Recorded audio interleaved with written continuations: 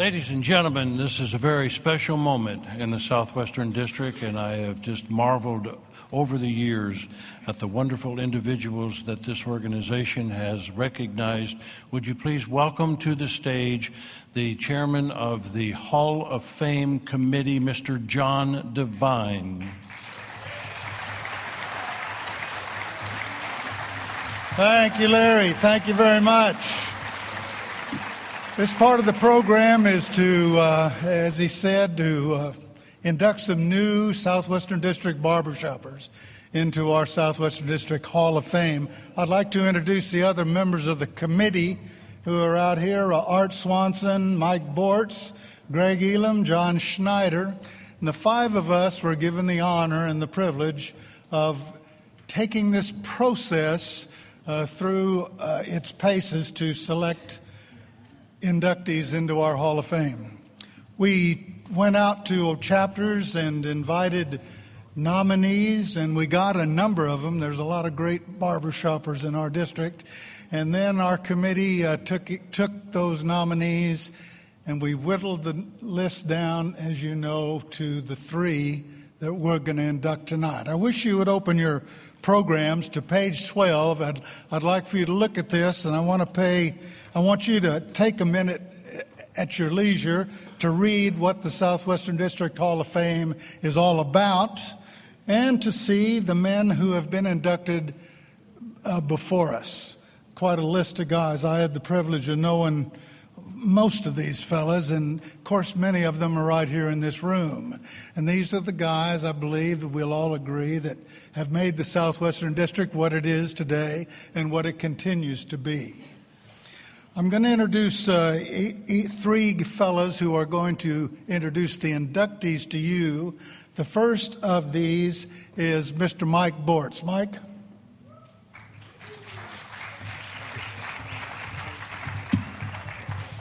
When you go to a barbershop contest or a concert, you never say afterwards that you heard the concert. No. You always say, oh yeah, I saw that contest. I saw the concert. Yeah, did you see that? You're always thinking visually, right? Well, this member of the 2011 Southwestern District Hall of Fame induction class has given audiences visual presentations that were feasts for the eyes. His choreography packages have earned 7 international gold medals for the vocal majority, but he wasn't done there. He and his lovely and talented wife, Rosemary, became the Society's preeminent choreography team, flying not only all over our great district, but also to 37 states and around the globe, to England and Australia, coaching other choruses so they could raise their level of visual performances and they can be the best that they can be. The Ambassadors of Harmony, the Masters of Harmony, and the West Towns Chorus also won international gold medals with the choreography from that great team, as well as a Babs Gold Medal for the English chorus Shannon Express. He's been on the Society's Harmony University staff, the Southwestern District's Harmony Ranch and Top Gun staffs, as well as Mid-Atlantic, Rocky Mountain, Sunshine, and Johnny Appleseed and Ontario District Music School staffs. He's been everywhere. As the director of the El Paso Border Quarters. Let's hear about it. El Paso, where are you, El Paso? There you go. He was the musical director there for over 20 years, and he helped keep that chapter together. He sang in a very, very popular quartet called the Rogues of the Rio Grande. Yeah.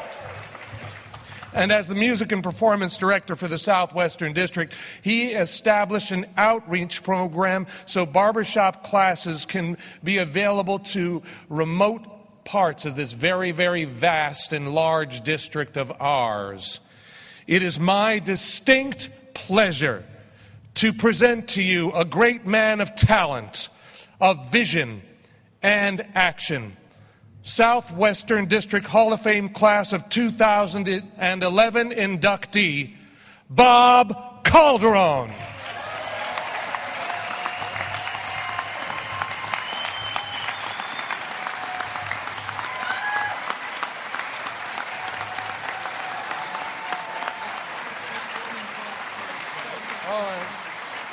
got some stuff here.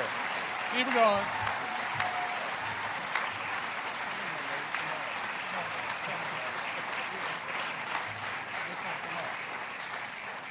This thing just won't come up. It's jammed. Here you go. Here you go. You hold this. It just won't come up. Yeah, why don't you talk there? I'll keep working this. I think Mike is more nervous than I am. You know? I'm But so accustomed to being in front of a microphone. You know, this is a wonderful time for me. It's a great award.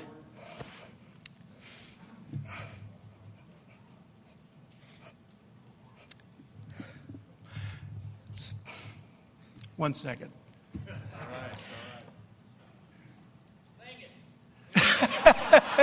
You know what? That probably would work.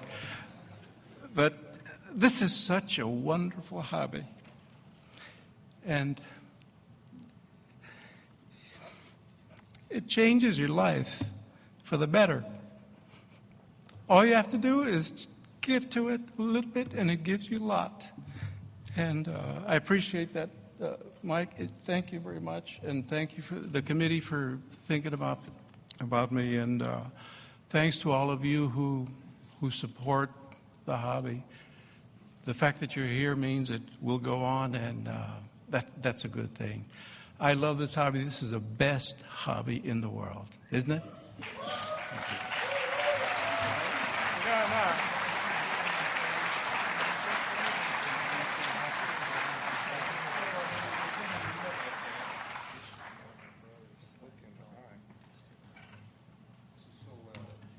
There we go. Whew, yeah, right in the middle there, and we see that beautiful certificate that Bob is going to receive. And David Wagner down there is taking lots of photos. And while they're doing that, let me introduce Greg Elam, who will introduce our next inductee. Greg?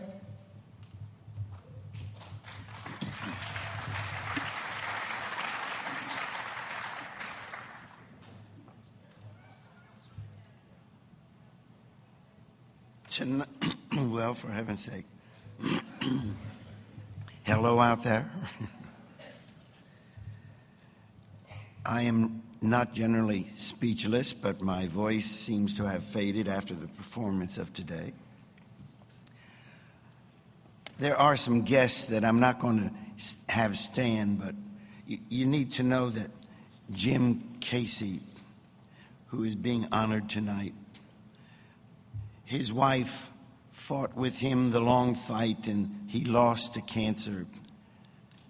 And then 1 year later, she lost to a different cancer.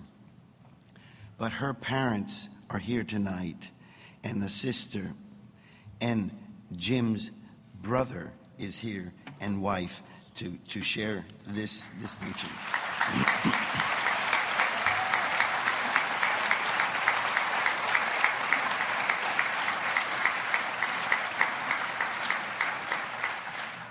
We're going to honor Jim as a music man.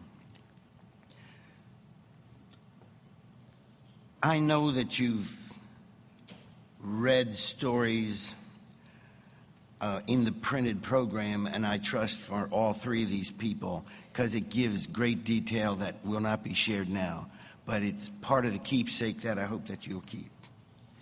Jim was a coach, a high school choir director, a barbershop chorus director, a traveling music man for our singing society. But to identify him as a singer is an understatement. I'm speaking to those of you here who never saw Jim or never heard him. The rest out there are smiling. He wasn't a singer. He was a presenter. He would take the stage, and instantly there was charming, coy, loving, thrillingly awesome music. With merely a pitch pipe note, he already held you in the palm of his hand. You need to understand he never simply sang a song. He understood that a song was indeed a story, a magical, musical journey. He knew that he had to be the storyteller, that using the words and the melody to share a mesmerizing message. His wide range, rich tone, remarkably clear and clean voice was magic. And his fortissimo could rattle a chandelier. And then when you were surrounded by his voice and message, you realized that in the middle of the exciting adventure, unequaled by anything you've experienced before, you would wonder, how could all of this come together? And then you'd focus on him on stage, and you'd see his face totally lit up like no one else. And then you'd understand and surrender to the experience. He is the eternal proof that singing is indeed presentation, that the story is basic and necessary, and that a full-face smile can indeed move mountains, hearts, and souls. On behalf of all singing charmers, we proudly induct Jim Casey into our Hall of Fame.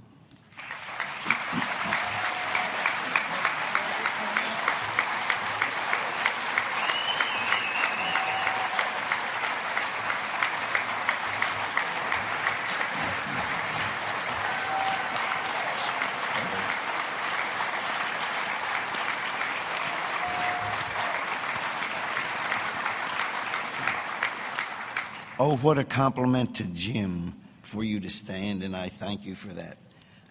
I share the stage with Jim's brother, and we are going to share with him all the components that a person within our Hall of Fame receives.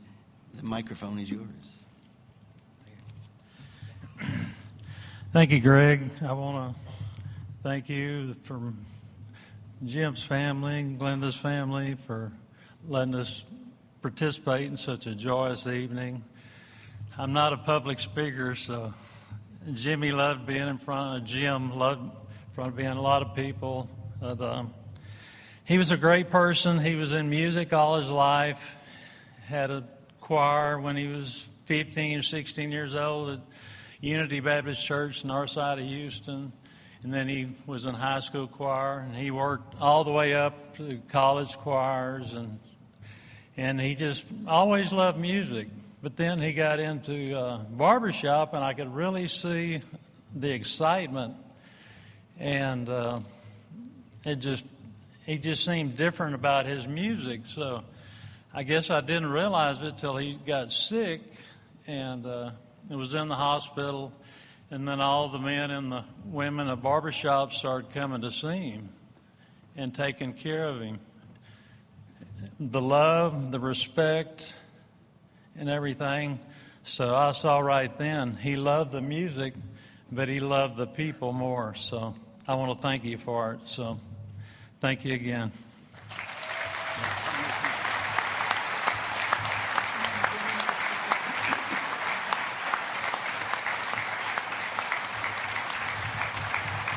Thank you for being here, Robert. Wonderful. And to introduce our third inductee, I'd like to call up John Schneider, please. There we go. Thank you, John. It's going to take me a minute because I got to put on my glasses. It's my honor to present Dr. Henry S. Hammer as one of your newest members of the Southwestern District Hall of Fame. Most of you know of Hank's barbershop activities or have read about them in the program for this convention. Here are some things you may not know about Hank. Hank served in the United States Army for 20 years, receiving the Bronze Star, a Meritorious Service Medal, Army Commendation with Oak Leaf Cluster, Vietnam Service Medal with 2 Bronze Service Stars, and many other honors. Hank also has a very impressive resume in his chosen field of dentistry. And as I indicated, his barbershop history is enormous, and you can read about it in the program if you will. Suffice it to say, Hank has given, and I truly mean given, much of his life to our favorite art form. He is one of those people who never learned to say the word no, and as a result has given much of his time and talent to helping others. It's with great honor that I present to you the newest inductee to the Southwestern District Hall of Fame, Dr. Henry S. Hammer.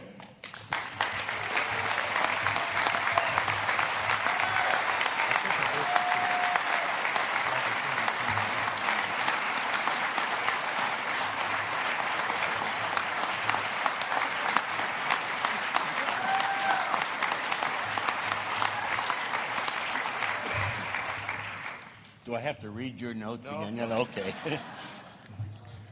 Wasn't too many hours ago that I was at this podium to be honored with the Judge Emeritus Award.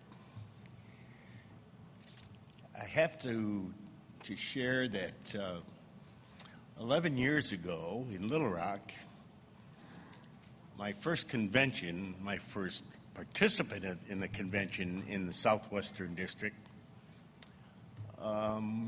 was a situation that developed that I never thought would ever be superseded. I sang with the Chordsmen at that time. I also sang with the Heart of Texas Chorus. And I also sang with 3 other old geezers, all of them tooth fairies. You might remember the name of the quartet, Open Wide.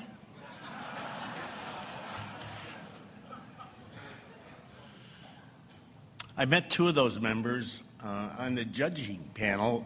Well, they were contestants. I was on the judging panel, Tom Pearson, Bob Natoli. And it seems that Tom said, Hank, I understand you're moving to Texas. You want to sing in a quartet? I said, who told you I'm moving to Texas? He said, well, you know these birds we have down here and all that. Well, lo and behold, we did put a quartet together, and we did win the district, and we went to international, and we did fairly well there. Well, be it known, going home with a 4th place medal for the Chordsmen, a 1st place medal in the chorus competition with Heart of Texas, a 1st place medal in the seniors contest. I'm met outside the door by a gentleman you all know, Grady Kerr.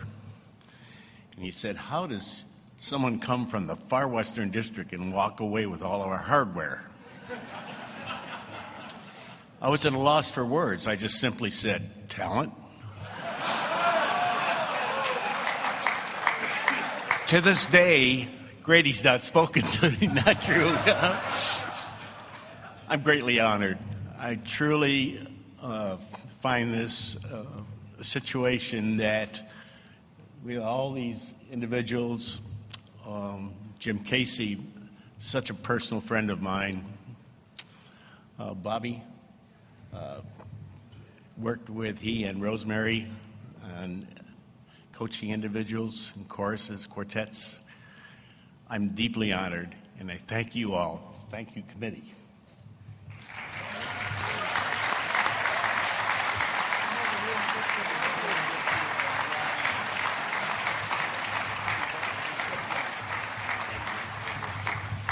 Congratulations once more to our 2011 inductees. How about one more big hand for these 3 guys?